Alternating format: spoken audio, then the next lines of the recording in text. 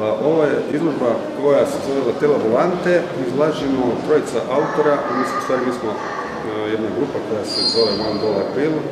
Radi se o Marku Jakševu, on je slovenski slikar srednje generacije, Pierre Tolu, on je performer i muzičar iz Amsterdama, i ja. Ideja se rodila tako da je Marko prije par godina imao izložbu Pola, koju vodim, i nakon njegove izložbe smo se zbližno sprijateljili i rođena ideja da nešto napravimo zajedno. On već u prošlosti radio sa nekim slikarima ajmo reći tako, dvije ruke.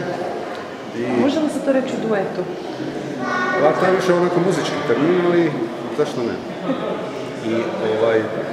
I onda smo, mislim, rekli, ok, ajmo probati nešto napraviti zajedno, i u međuvremenu se meni otvorio ovaj termin u Svetim srcima, i onda sam rekao, ok, bilo bi u redu da onda, već kad radimo zajedno, imamo neki cilj, gdje ćemo to izložiti, i onda smo to odlučili izložiti ovdje, i večerašnja izložba je rezultat te suradnje.